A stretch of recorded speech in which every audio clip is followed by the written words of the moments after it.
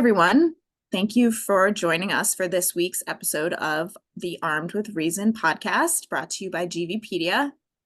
While Devin and I have been coordinating lots of interesting guests who will be joining us in the upcoming weeks and months, this week we decided here together that we're just going to speak about a topic that Devin is what I would certainly consider a subject matter expert, and that is defensive gun use. So we chose this topic first of all because the Center for American Progress has been working with GVpedia on a joint paper about the topic of defensive gun use, and that is going to be released very shortly. Actually, by the time this podcast goes live, it will just be about to come out. But also how defensive gun use ties to this myth of the image of the quote unquote good guy with a gun, right? And for me, over the past couple of days, learning about Uvalde, Texas, and the shooting that happened there very tragically at Robb Elementary School and the devastation that caused, and now the DOJ's 575-page report that has been released about the lack of action by the police to do essentially nothing while these poor children were inside calling 911, begging for help. And clearly the situation was volatile, but as police officers, you have a gun and you're trained to use it, especially in situations where children are in danger. And here we are, so the proverbial good guy with a gun failed miserably. Even that feels like an understatement, in the most sincere form of cowardice than that I can think of in recent times. So while I certainly wouldn't want to draw the connection that, police are using guns necessarily in the defensive gun use way, the same that, a civilian might, I think it is important to draw that connection and to really try to understand the weight of such a report and the fact that such a report needs to exist in the first place is really just baffling on so many fronts. So we don't mean to start the podcast off with a negative tone, but we did want to acknowledge that. So, hi, Devin. Hi. Yeah, and there's just to kind of go off that for a moment, there definitely is a parallel between like the broader good guy with a gun myth and then defensive gun use in particular. And while defensive gun use typically relates to civilians using a firearm in self-defense, like there definitely is an element with police as well. And in Uvalde, we saw not just one or two police officers, but dozens upon dozens of highly trained good guys with guns being held at bay by a single lone gunman. Right.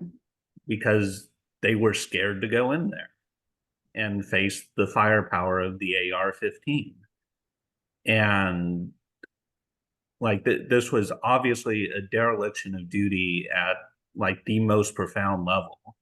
Like police are supposed to be trained to go in there in those situations, and right. Why they didn't is a travesty that will echo down through the ages.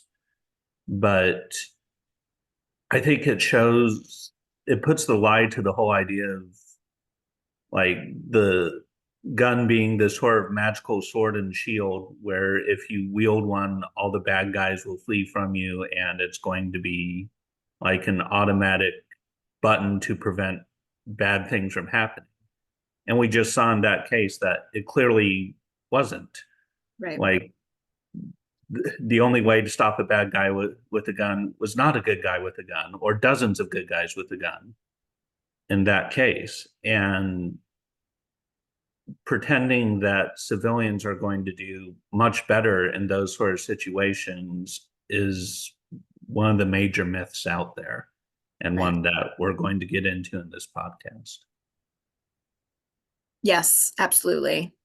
All of the training that those police officers received when they were in the academy as recruits, when they graduated, all of the annual trainings that they went through specifically for such incidents.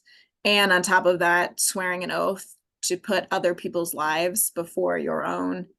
You're absolutely right. Forgetting to fall back on your training, on that oath, really forgetting to fall back on who you are, how you identify, because there is one person with an AR-15 inside, really does show the gravity and the heaviness of having a young person allowed access to such a gun.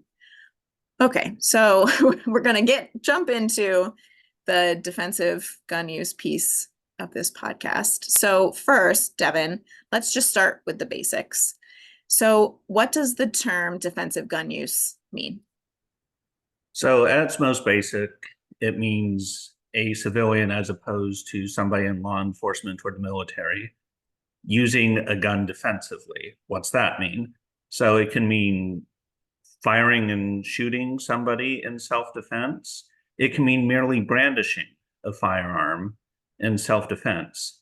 And by self defense, basically, they have to be the victim of an attempted or completed crime in order to do this. Otherwise, brandishing or shooting somebody is itself a crime. So there has to be the defensive element to a defensive gun use. And that dividing line, as it were, between defense and offensive use is a lot more blurry than most people think at first glance.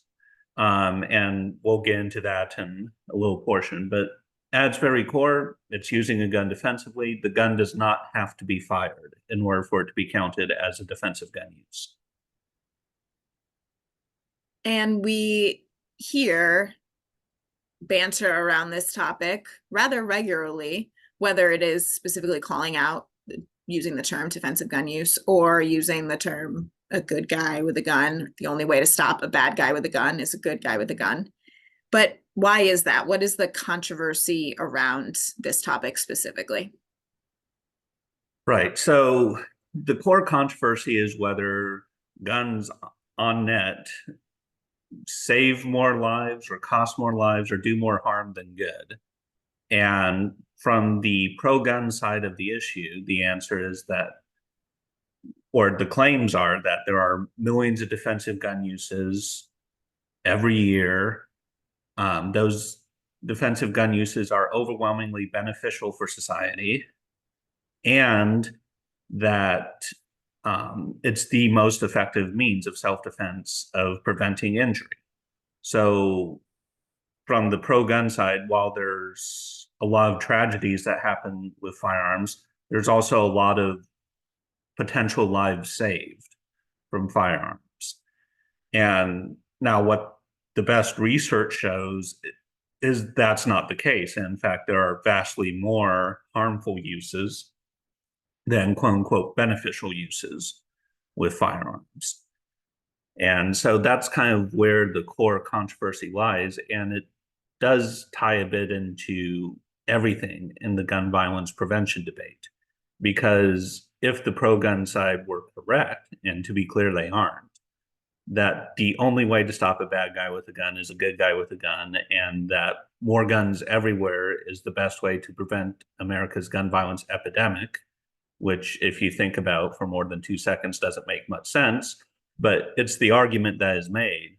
That would dramatically change the policies that one should pursue in trying to reduce gun violence. So the defensive gun use controversy is really at the core of everything. Yeah, the idea, I mean, we see it in a myriad of places. For me, as a mother, I think the place it comes up the most is along the lines of SROs at schools, right? And the ability to keep our children safe, or maybe the perception of the lack thereof, if there is not a safety resource officer available at the school. It comes up in budget debates. Do we have enough money to make sure that there's an SRO at every school at all times? And certainly this idea that having somebody with a gun at your school is a way to make sure that the good guy keeps the bad guy with the gun away.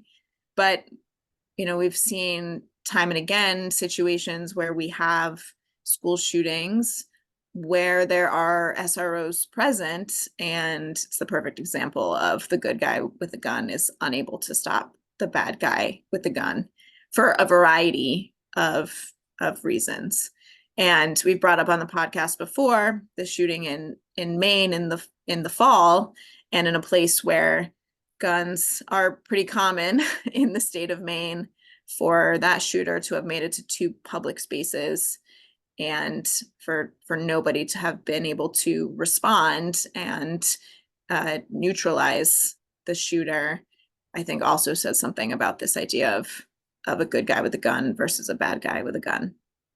Yeah, and even with guards, like with Parkland, there was an armed security officer there who Right. did nothing, which has been the subject of court cases since. Or if you look at the Orlando Pulse nightclub shooting, which the second worst mass shooting in modern U.S. history, you had an armed guard there who exchanged gunfire with the suspect before he entered the club. So there were good guys with guns present Right. there. And then you have the egregious example of Uvalde, where you have dozens upon dozens just cowering in the hallway, waiting for orders that would never come. Right. And yet all those guns did not stop the massacre. Right. So let's get into the numbers behind defensive gun uses a little bit more. Or would you say defensive gun use is widespread? Yeah, so there are three main estimates out there of defensive gun use. I'll go from largest to smallest. Okay. So the largest comes from private surveys, the most famous of which was written by a guy by the name of Gary Kleck in the 1990s, that indicate around 2.5 million defensive gun uses every year. Now, if you calculate that out on a daily basis, there's something I think like 6,000 to 7,000 defensive gun uses every single day, according to this, which you think somebody would have had evidence of or noticed, but we'll get to that in just a bit. So you have the 2.5 million number top, then you have the National Crime Victimization Survey, which is the largest crime-based survey conducted in the US, either annually or semi-annually. And it comes out to around 60 to 100,000 defensive gun uses. Again, this is a survey. It has some key differences with the private surveys like Gary Kleck's that I'll get into, but it's still survey-based. And then you have the empirical data, which is going out there and finding how many verified defensive gun uses are there that we can collect, where there are actually police reports or news media reports behind it. And those are collected by the Gun Violence Archive. And on an annual basis, they find somewhere between 1,400 to 2,000 defensive gun uses. So I'll just use the 2,000 defensive gun uses to make things simpler. So at the top end, we have 2.5 million defensive gun uses. At the bottom end, we have 2,000 defensive gun uses, which is an absolutely astronomical difference. So how do we get there? And the reason that the top numbers are so high is because they rely on survey estimates. So Gary Kleck's, for example, interviewed 5,000 people from across the country, 66 of those 5,000 said that they had a defensive gun use in the past year. And he then extrapolated that number to the entire US population, which indicates 2.5 million. Now, while 2.5 million sounds like a large number, and it is, when compared to the US population, it's around 1% of the adult US population at the time. And in surveys, that's what's known as a statistically rare event. If something happens to, say, less than 5% of the population, it's going to be very rare. And what happens in these surveys is you have people who don't always answer honestly. And in surveys of statistically rare events, you're going to have a lot more potential for people to lie and say something happened to them than the reverse. And so you have what's called this false positive problem. Now, the National Crime Victimization Survey tries to solve this by asking people first if they've been the victim of an attempted or completed crime, which, going back to our defensive gun use definition, is necessary for it to be a defensive gun use. If you have not been the victim of an attempted or completed crime, you are not using a gun defensively. And by merely putting that question first, the number goes from 2.5 million down to 60,000. So it's weeding out a lot of these false positives. But even there, you still have people who might falsely claim that, yes, I was a victim of an attempted or completed crime when they weren't. And so we then have, well, what are the verified cases? And that's where the Gun Violence Archive comes in with around 2,000 that are reported by media and or the police. Now, one of the pushbacks to this is on the pro-gun side is like, well, not all cases are reported to the police and therefore wouldn't end up in media reports, which is certainly true. Like there are likely defensive gun uses out there that never happen to be reported. But even assuming that ridiculous numbers go unreported, say like 95 or 99% of cases aren't reported, the gun violence archive number is still going to be closer to reality than the 2.5 million, simply because of massive false positive problem. And so at most, with extreme assumptions about the lack of reporting, you can get up to maybe National Crime Victimization Survey data levels, but the 2.5 million number and other numbers around it, such as 500,000, are clearly impossible based off of the evidence that we have. And so the true number of defensive gun uses is going to be somewhere between the Gun Violence Archive number and the National Crime Victimization Survey number. So between 2,000 and 60,000, which does sound like a large range, but it's a much smaller range than 2,000 to 2.5 million. Right. Well, and as you said, for it to be defensive gun use, you have to be the victim of an attempted crime or a completed crime. Therefore, why are you not reporting what happened if there was a crime that occurred? So, and those numbers are vastly different. And Devin, would you say that defensive gun use is beneficial for society in aggregate? And so that's the other thing that comes along is like, well, are those claimed defensive gun uses actually legal? And there's been one study that actually looked into this where they collected the survey responses and then put them to a panel of judges and asked them, take the respondents at their word for what happened. Is the case they're describing legal or illegal gun use? And that panel of judges found that more than half of the cases being claimed in surveys of defensive gun use were illegal uses, meaning that they were using the gun offensively rather than to defend themselves against some form of crime. And so if you look at the 2.5 million defensive gun use number, that would indicate that there are 1.25 at least million defensive gun use cases that are actually illegal gun uses. And so when the majority of defensive gun uses aren't actually real defensive gun uses, like that indicates that those whole numbers are not beneficial for society then. And the only evidence that we have so far, which unfortunately does rely on surveys, indicates that defensive gun use on a whole is not beneficial for society and actually makes society less safe because people are using guns in an aggressive fashion. And to highlight one story that we wrote about last year, this actually comes from Mark Bryant, the founder of the Gun Violence Archive.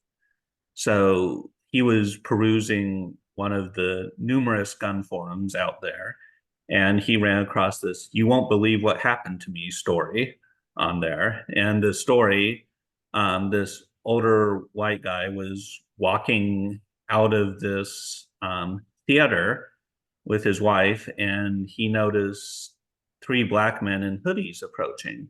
And he thought that was extremely suspicious. And so he pulled his firearm on them, and the three black men ran away. And he was bragging about how he had stopped a potential crime from occurring with that interaction.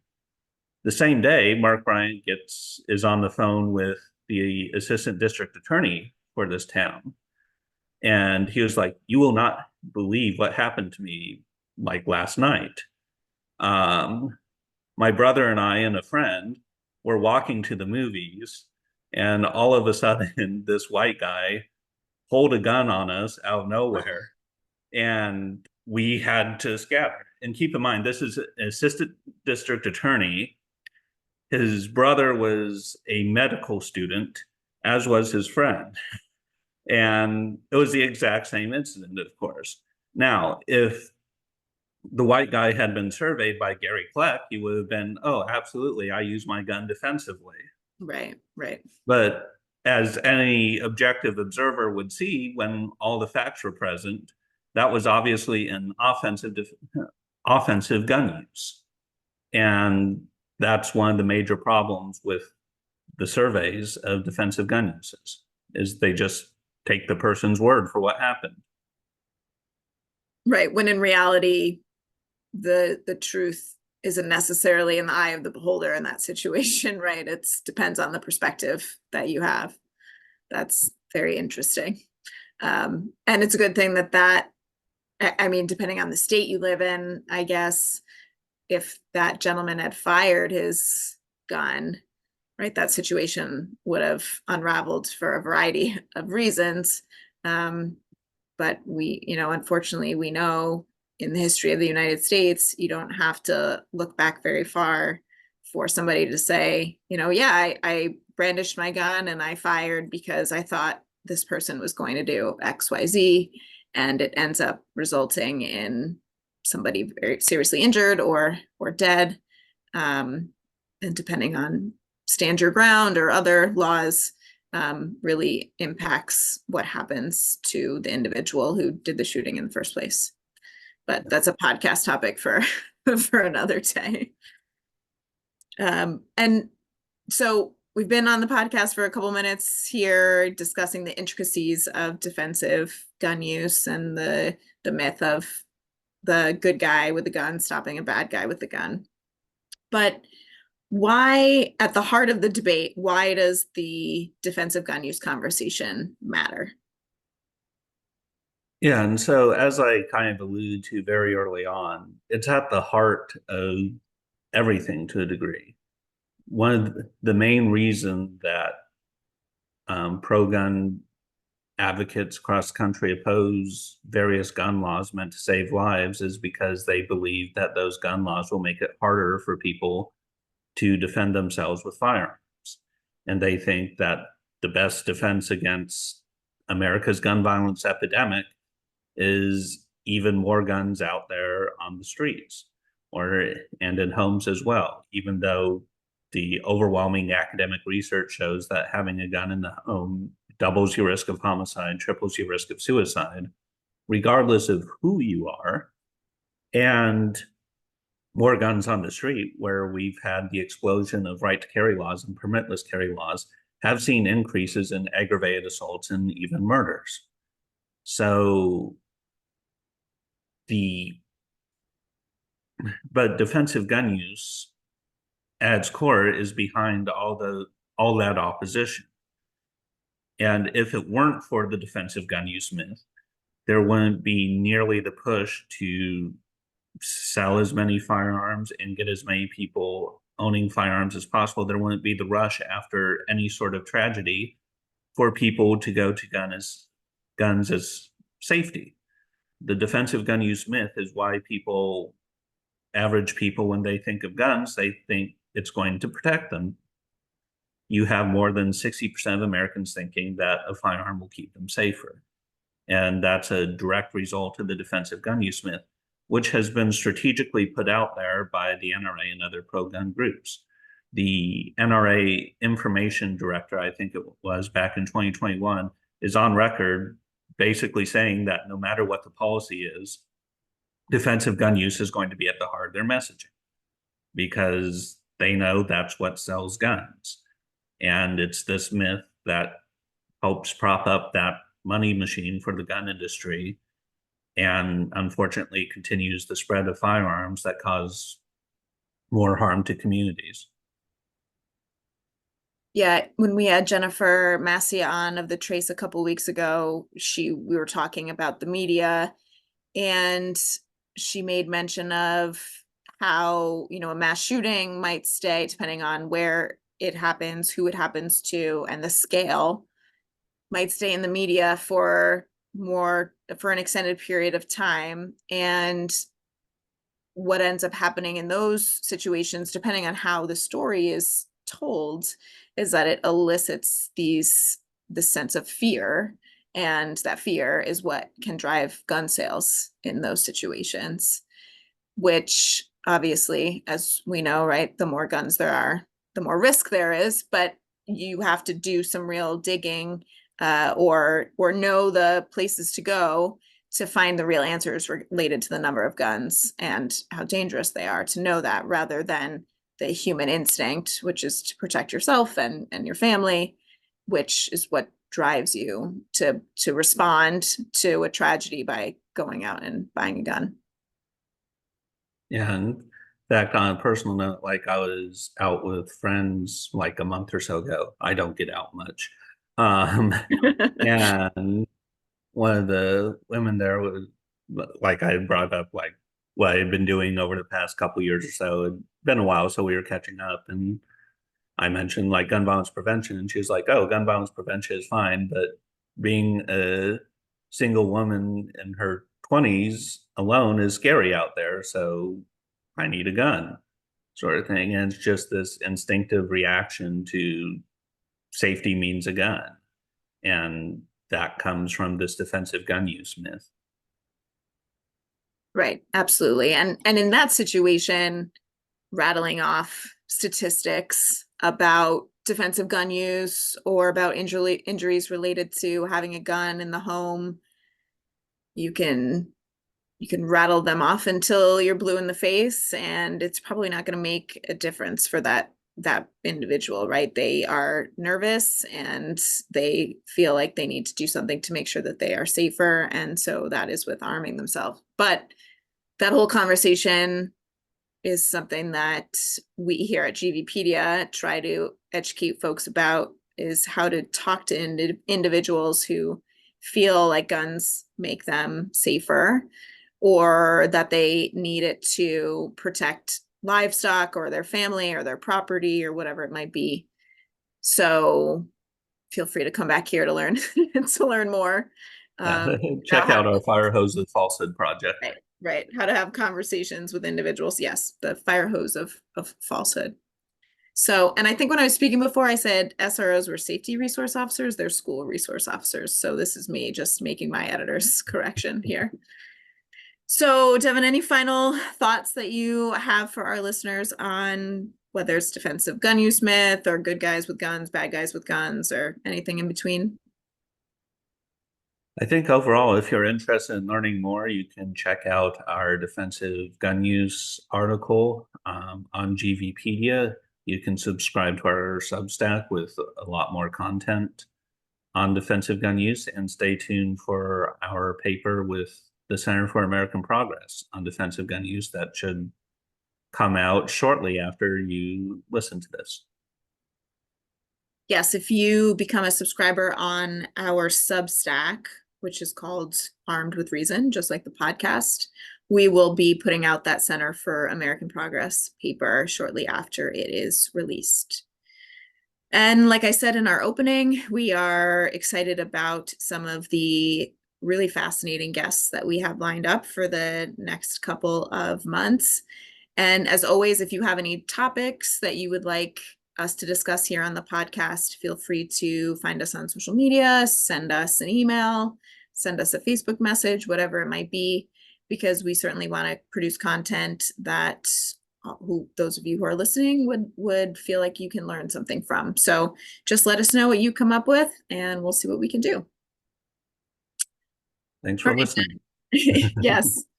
All right. Well, it's snowy and cold here in Connecticut. I know it's cold in lots of other places across the country, some of which aren't used to having cold. So, Devin, I hope you stay warm, and I hope that our listeners are able to stay warm as well. Stay inside. Yes. Yes. Thanks, Devin. Talk to you soon.